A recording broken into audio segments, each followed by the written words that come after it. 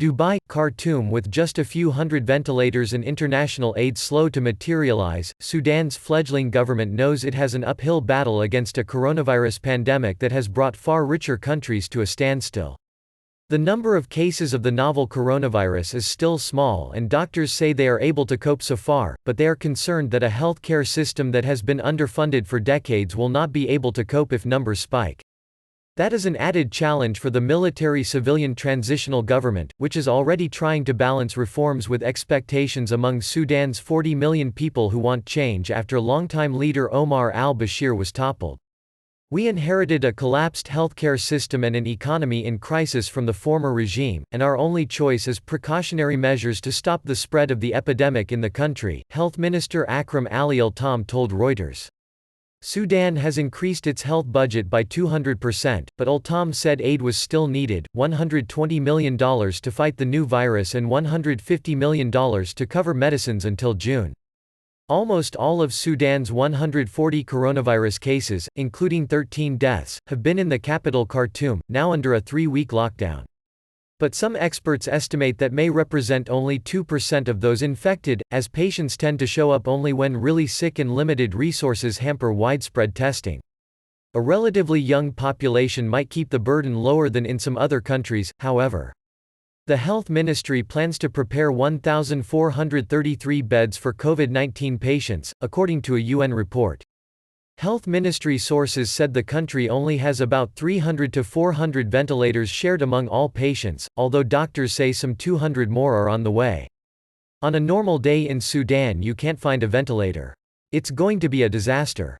Those who have immunity will live, and those who don't will have to pray, said Abdelhamid El Bushra, a doctor at the main treatment facility in the Jabra neighborhood of Khartoum.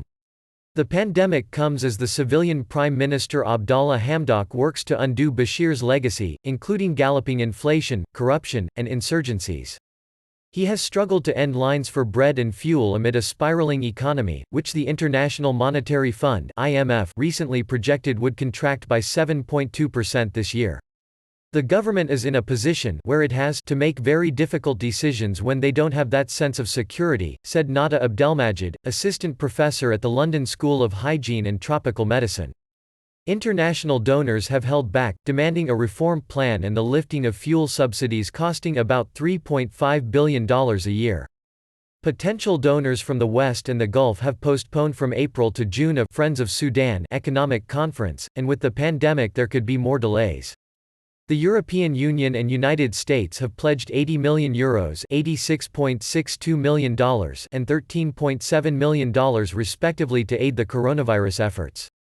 2 shipments of supplies have arrived from Chinese billionaire Jack Ma. But importing equipment and medicines has been difficult as countries prioritize their own needs, Al-Tam has said.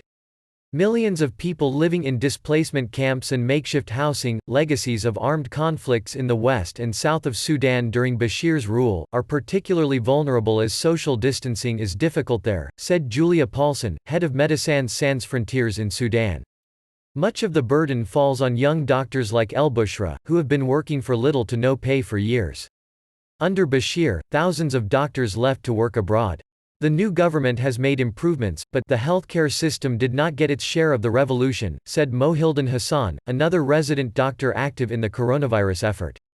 Some doctors say they have been attacked by patients' families who blame them for a failing healthcare system, something the government is trying to stamp out with strict penalties. A shortage of masks and gowns has meant that doctors are stuck in their gear for hours. The goggles steam up and you can't see. Some doctors go in for an hour and they get so uncomfortable they have to leave, said El Bushra. Yet he added, if people are going to die, then I will be a soldier carrying a rifle against a machine gun. But I'm not going to sit at home. $1 equals €0.9236.